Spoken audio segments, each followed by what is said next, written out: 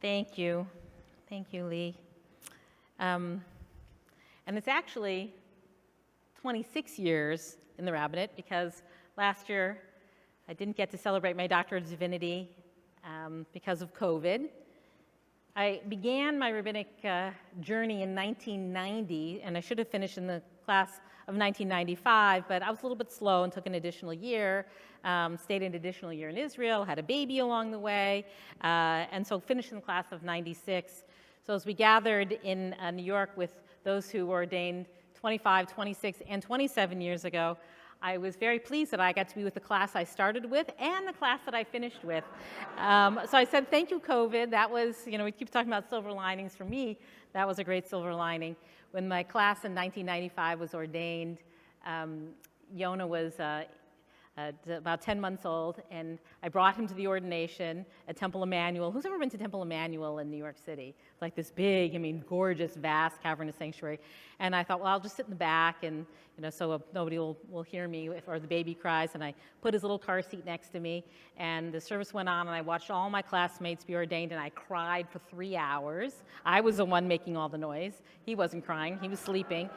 And then the next year I was ordained, and I thought, oh, in 25 years I'm going to have to again see my classmates go through it, not be with them. And it didn't happen. So we all got to be together, and it was just glorious to be in New York and to share stories and to be together. I'm really pleased to introduce our guest speaker this evening, Rabbi David Jaffe, who already gave the meditation for us. David and I met more than 30 years ago when we were both in Jerusalem, and I was studying to be a rabbi, and he was beginning his journey that eventually led him to the rabbinate. But first, he also studied to be a social worker, and at Columbia, the joint program with Columbia and the Jewish Theological Seminary, and an educator. And Rabbi Jaffe, over his career, has done so many interesting things. He was a community organizer. And as a matter of fact, I haven't introduced yet my brother, but he was a community organizer in the Tenderloin. So you guys are going to have to make sure you talk about that in San Francisco. We haven't figured out if you had known each other during that time. And then a few years ago, Rabbi Jaffe and I, our paths crossed again. We were at a retreat for the Institute for Jewish Spirituality, and the Institute for Jewish Spirituality was starting a new program, the Tikkun Midot program. How many people here are involved in Tikkun Midot? I want you to see Rabbi Jaffe. How many people are in this sanctuary? So Rabbi Jaffe was one of the people who developed the curriculum for the Tikkun Midot program, and Marcy and I were on the retreat together, and I said, Marcy, come, you got to meet this wonderful rabbi, Rabbi Jaffe. They're doing this new program, and I really think that we should bring it to Beth Emet. It'll be really transformative, and it has been transformative. We've now been doing it for 5 years. I think we have 5 or 6 cohorts. I'm losing track of the number of people who have been engaged in this deeply spiritual work. I've also had over the years at Beth Emet a spiritual practice group that I started probably almost 20 years ago as I was finishing up the 2-year cohort of the Institute for Jewish Spirituality's rabbinic program. And I started gathering with people on Shabbat afternoon once a month, and we could explore different spiritual practices.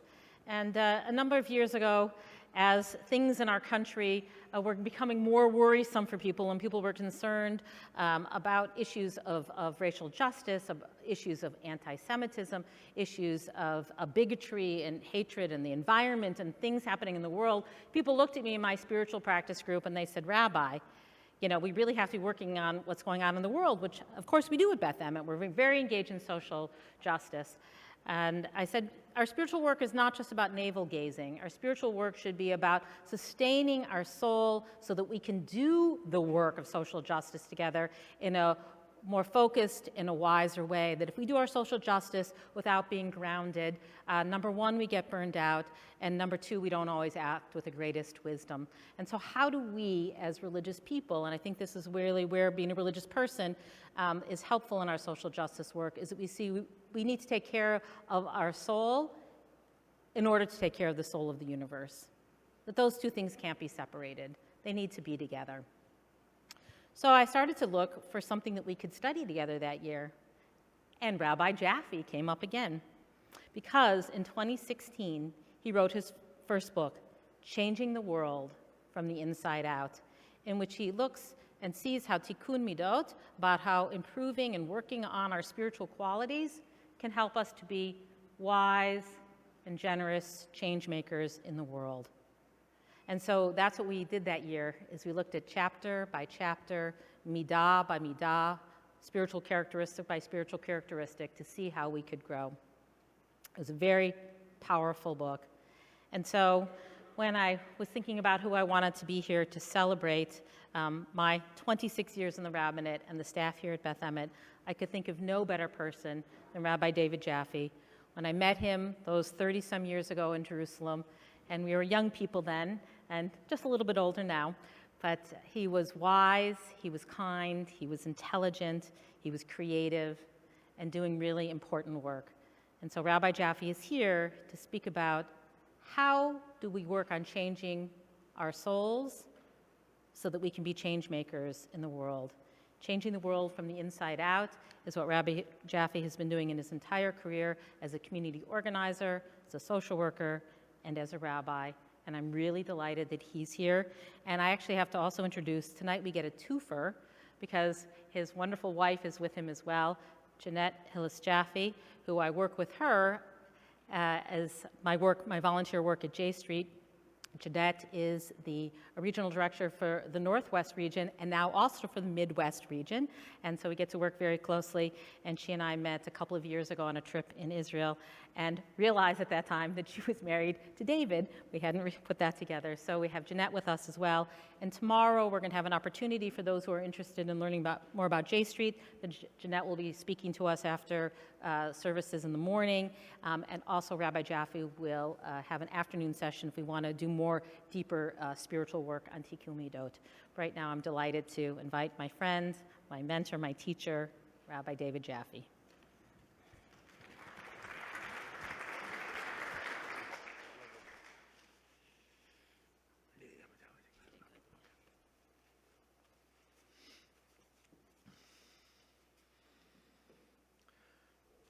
Thank you very much, Rabbi London. As I'm not going to repeat, but as Rabbi London just said, we've known each other for quite a long time. And it's been really wonderful having our paths cross and intersect over the years. And it's a huge honor to get to be here with you, to get to honor her on, I said 25, but actually 26 years of service in the Rabbinate.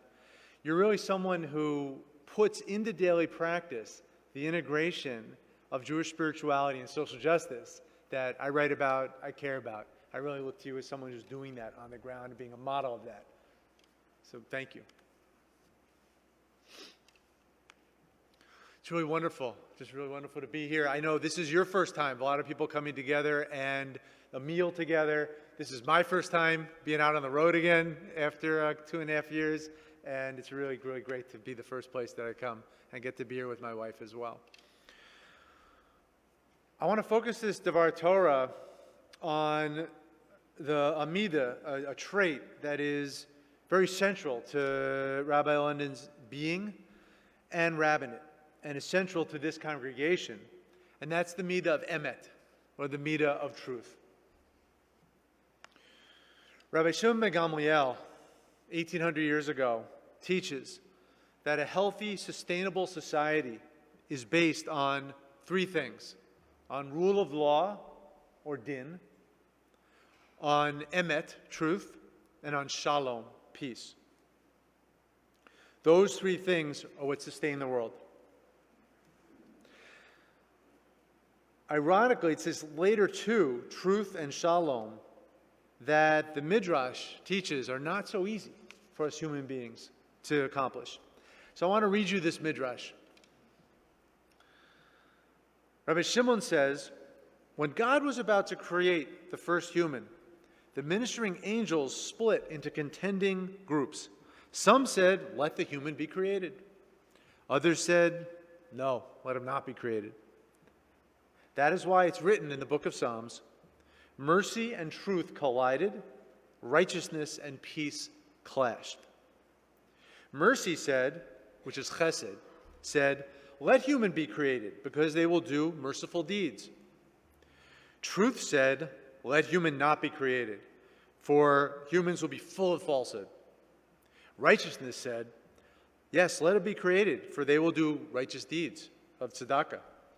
And peace said, let him not be created, for they will never cease quarreling. So what did God do at that moment? God took truth and threw it to the ground. The angel said, Sovereign of the universe, why do you do this to your own seal, to truth? Let truth arise from the ground is what it said. And it's written in Psalms, the next line, and truth sprung up from the earth. Emet mi'eretz titzmach. And I'm going to talk a little more about that as we go a little further. It's really interesting here. We see that the two qualities that the angels are saying don't create humanity for, truth and peace, are the two of the qualities that Rabbi Shimon Gamliel says are essential for sustaining the world. It's not just a good setup for humans. So we're going to look into that and what needs to happen. And we see often that truth and shalom both seem to conflict. This congregation was founded in the 1950s out of a conflict of truth and shalom from a different community. And please forgive me if I get some details wrong. You can correct me afterwards. That community had decided that to preserve shalom, to preserve peace, certain topics would be out of bounds for the rabbi to preach about on Shabbat. At that time, Zionism was one of the off-limit topics, interestingly enough. Rabbi David Polich, a Zionist and assistant rabbi, wanted to preach about Zionism and was barred from the synagogue. That Friday night, he went to a congregant's place of business and held Friday night services, and thus was born Beth Emet Free Synagogue. An essential aspect of freedom is the ability to name what you know is true, even if others will disagree. It was especially important for rabbis to have this freedom, and that was a policy advocated for by Rabbi Stephen Wise in the Reform movement in the early part of the 20th century, which also centered around Zionism. So if truth is key to shalom, we need to better understand truth and emet, and what our rabbinic and Musar traditions understand of this midah of truth. And for all the folks who have done Tikkun Midot, and others who haven't, we know that one of the first things we do when we're practicing the Midot is we have to learn about the midah and learn about what this thing is about. So I want to spend some time here talking about what is emet, what is truth from a Musar perspective and Torah perspective. The Gemara tells us that in the Talmud, there's a section in the Talmud Shabbat, again, a 1,500-year-old text, that's looking at the different letters and ways words are made in different letters and has understandings of them. So you're not going to be able to see this. I tried to make this as big as font as I could. But the word emet, you can see it here. Just imagine that word if you know the Hebrew. And then the word sheker is below it. Sheker means falsehood. Emet means truth. And the rabbis teach us that emet, if you look at the letters, they're very firm. The bottoms of them are all firm. The aleph has two legs, the mem has a flat part at the bottom, and the taf has two legs at the bottom. And so the Gemara tells us that emet stands. Whereas sheker, shin kuf resh, if you look at it or imagine it in your head, shin comes to a point, kuf comes to a point at the bottom, and resh comes to a point at the bottom. It falls over. It doesn't stand. I think that means emet stands on evidence. Truth is something that you have something to base it on, and it stands. Whereas falsehood has a teeny point. It doesn't have a lot of evidence. It doesn't stand on anything. The letters that make up sheker are shin, kuf, resh. Those letters are all consecutive in the alphabet. I think sheker falsehood thrives where there's groupthink, where people are all kind of together and not getting other opinions. Whereas emet, aleph is the first letter of the alphabet, mem is the 14th, the middle letter, and taf is the last letter in the alphabet. And so it's broad. You have a lot of different opinions coming together, and that helps truth grow. So that we get just from the letters, some understanding of what emet is. Again, aleph, mem, taf, first, middle, last, beginning, middle, end of the alphabet. When you tell the truth, you can tell the same thing throughout the whole time. You don't have to worry what you said before and then change it as you go later. When I was 10 years old, for some reason, I used to lie a lot about seeing movies. I remember being at a friend's house, and the father said, "Did you see whatever?" I was like, "Yeah, I saw it." And then as the conversation went on and the details were coming up, I was stuck. I was sweating. And then I don't know what I did, but I had to change my story. And so when you tell Emet, though, you never have to change your story. You just go, it goes, you can keep it from the beginning, middle, and end. What else do we know about Emet? We saw from this midrash I read that God's seal, the seal being like, if you imagine a king would have a seal, they'd put on something and stamp it. So God's version of that was Emet, was truth. And we see that in the story of the Golem of Prague, the Maharal and the Golem of Prague from the 16th century, when the Maharal, the great Rabbi Judah Loew, created this figure. It was this like kind of the early Frankenstein story. It was this lifeless form. And he wrote the word Emet on its forehead, and it came alive. So Emet is something that gives life and is enlivening.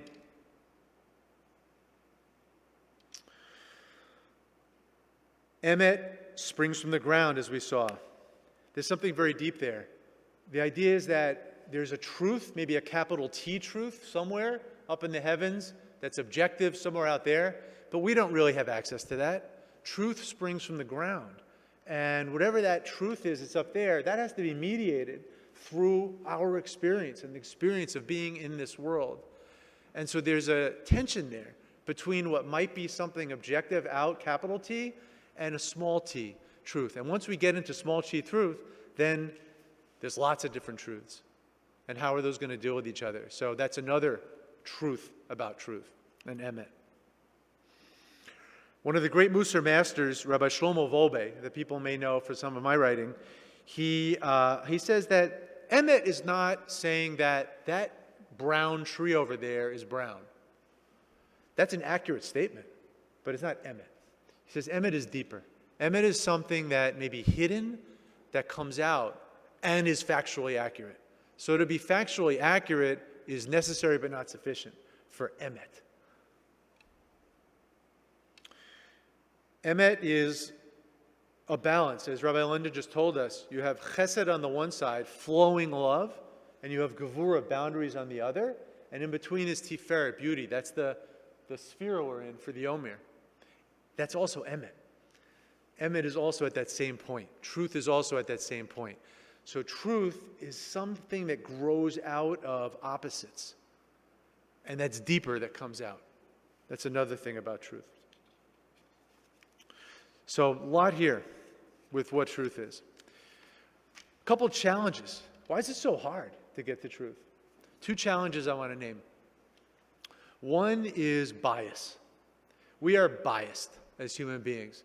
And anyone who's done anti-racism training or anti-bias training, this kind of thing, we're taught that that's totally human and natural to have biases. But it gets in the way of us being able to understand truth. The Talmud recognized this many, many years ago. And I'll read a short story from there about Rabbi Ishmael, who was one of the great judges of the time. And this is a story about what we call today motivated or biased reasoning, which is one of our major challenges we have in our society, where you have your bias, and then basically you look for facts that are going to confirm it. We call it confirmation bias. The Gemara cites this incident. There was a sharecropper of Rabbi Ishmael, the son of Rabbi Yossi. So Rabbi Ishmael was a wealthy man. He had land, he had sharecroppers, and he was also a judge. This sharecropper was accustomed to bringing him a basket full of fruits every Shabbat Eve, every Friday afternoon. One day, the sharecropper brought him the basket on a Thursday, a day early. Rabbi Ishmael said to him, "What is different that you came early now this week?" The sharecropper said to him, "I have a case to present before you in court, and I said to myself that along my way I will bring to the master the basket of fruits, as in any case I'm coming on Thursday, the day the courts are in session." Rabbi Ishmael did not accept the basket of fruits from him, and he said to him, "I am now disqualified from presiding over your case." Rabbi Ishmael seated a pair of rabbinic scholars, and they judged the sharecropper's case. As Rabbi Ishmael was coming and going, he said to himself, "If he wants, he could claim this, and if he wants, he could claim that." Meaning, he kept thinking of all the ways in which the litigant who brought him the fruits could win his case. He said to himself, "Blast the souls of those who accept bribes. If I, who did not accept anything, and if I had accepted, I would have accepted my own property, as it is my sharecropper and the fruits legally belong to me, and nevertheless in this state of mind, due to the proposed gift, all the more so are those who actually accept bribes inevitably biased in favor of the one who bribed them. So this rabbi was recognizing how easy it is to become biased in favor of someone. And so we have all these biases. It makes us almost impossible to really see reality clearly and see things for as they are. That's one big challenge we have. Another challenge is we live in a time that's called really postmodernism in the Western world. And postmodernism is I'll just read a quote from Rabbi Shagar, one of the great rabbis who really connected to postmodernism. He passed away, Rabbi Shmuel Gershon Rosenfeld. He writes, questions relating to pluralism and moral relativism do not begin with postmodernism. They were part and parcel of the modern world and perhaps even preceded it. In the postmodern framework, which cannot discuss absolute values because it does not acknowledge the existence of such values, the questions grow more acute. Even the sanctity of human life and the attendant prohibition of murder are not absolute, overarching values or imperatives. There is no truth, certainly not with a capital T. In such a world, truth is a cultural product or artifact. Every truth hinges on specific cultural and social contexts and is perceived as something that benefits special interests. That is the politics of truth. Or, as Nietzsche phrased it, values and their changes are related to increases in the power of those positing the values. It can be a very depressing approach. And that statement is a little extreme, but this idea, the world we're functioning is one now where we certainly don't have agreement on what some of those overarching absolute truths are, even issues of life and death. And so we're functioning in a world of small t truth, not capital T truth, which makes the truth harder. And this is the challenge that we're living in our country around truth. So what do we do about this? And this will be the last piece of my talk. What do we do? What is the spiritual practice of emet? So a couple main things I want to offer to us. One comes from Rabbi Eliyahu Dessler, who's one of the great Musar teachers of the 20th century. People who do Tikkun Minot may know him through the choice point practice. He's the one who wrote about that. So he says that we need to interrogate our own biases through self-reflection. And I'll quote. He says, well, he's saying we're so biased that it might be really impossible at getting the truth. He says, no, not quite. He says one can never really be sure, but there's one test that one can apply. If an opinion or decision comes to one easily, without struggle, one should hold it in suspicion and search for the motive which led their midot-based bias to consent to it. Okay? So if we're finding something like, oh yeah, I agree with that, that's really easy for me, he's saying that you need to interrogate. But he says, on the other hand, if one has arrived at an opinion or decision only with difficulty, after making a serious effort to recognize the truth, and after doing battle with one's ingrained bias, then there's at least a chance it might be true. So, for example, I was thinking about this, let's take Israel, for example, where there's so much difference of opinion, and again, that's how this synagogue was founded, on a disagreement around Israel and around Zionism. And so for me, I think of myself as somewhat in the center. I'm a J Streeter, so I believe in two-state solution. I don't believe in anti-Zionism. I'm not also a right-winger. And so when I hear opinions that are about that, yeah, that always totally makes sense to me. But when I hear an anti-Zionist position, or if I hear a more far right-wing position than me, what Rav Dessler is saying is I need to really interrogate my opposition to it. And I need to just not immediately turn it off, but I need to really look and really think and really try to see it and not automatically go to my knee-jerk responses. That's not easy work for any of us to do. But he says that is part of the spiritual work of emet. Second piece is maybe more of a Hasidic approach, and it's based in this idea of truth springing from the ground. We said before that that truth is in between the poles of chesed on the one hand, of loving, flowing kindness, and boundaries, discipline, and in between is truth. There's a spiritual practice there based on something Rabbi Nachman of Breslov talks about. Rabbi Nachman of Breslov, great Hasidic rabbi, great-grandson of the founder of the Hasidic movement, about 200 years ago in the Ukraine. He says that there are some things there's no answer to in this world, and you can't know the truth. For example, God is everywhere. It's a basic Jewish belief that God exists everywhere. Nothing could exist in this world if God was not putting God's life force into it right now. And it's also a Jewish belief that God needed to contract God's self and make a space where God was not, to give space for humans and give space to all creation to be here. So how does that work? How is God everywhere all the time? And how is there space without God so there could be creation and everything? Rabbi Nachman says, we don't know. There's no way we can answer that question. Silence is really the only response to that.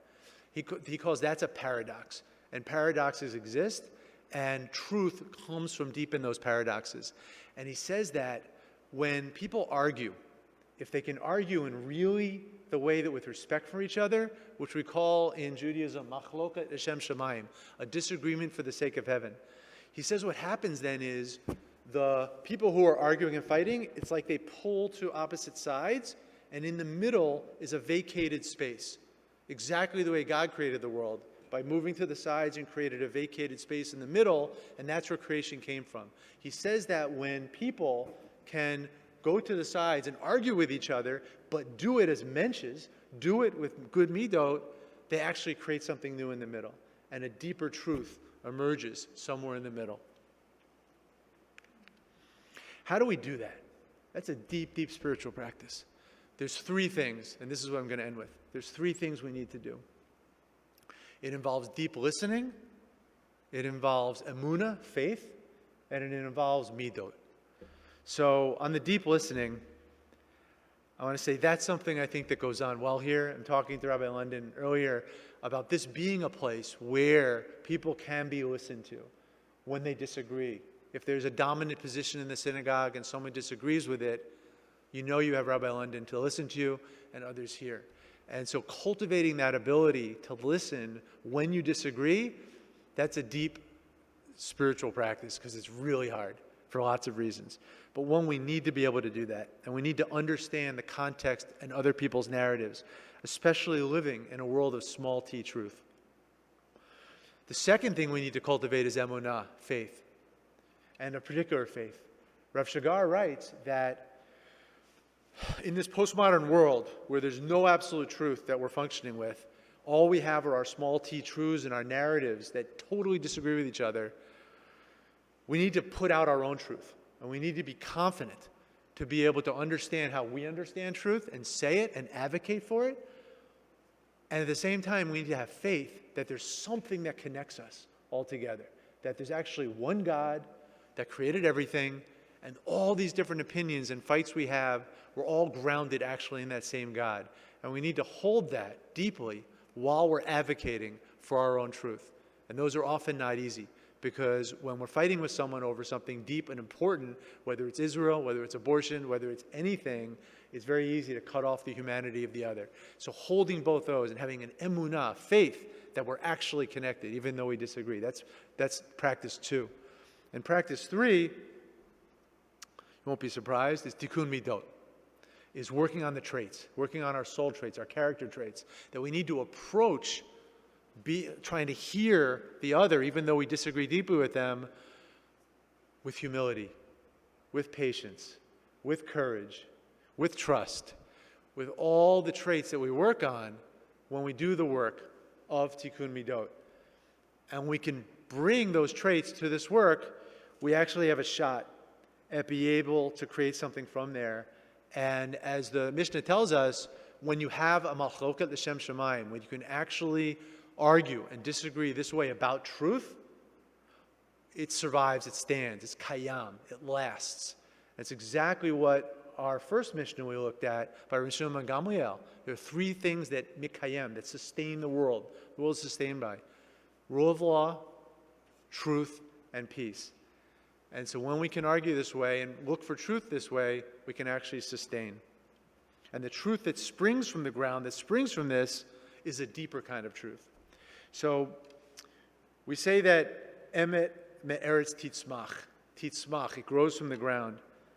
That word samach comes up in our prayers many times. We also say matzmiach Yeshua. Salvation also springs and grows. It's the same word. They sprout and they grow. So my closing blessing for Rabbi London and your leadership of this community is you have been creating that soil, that very soil where truth can sprout. And may you continue to provide fertile soil for the members of this community, for the town of Evanston, and for the larger world to experience a healthy, life-giving, redemptive truth that sustains you and the community for many years to come. Mazel tov.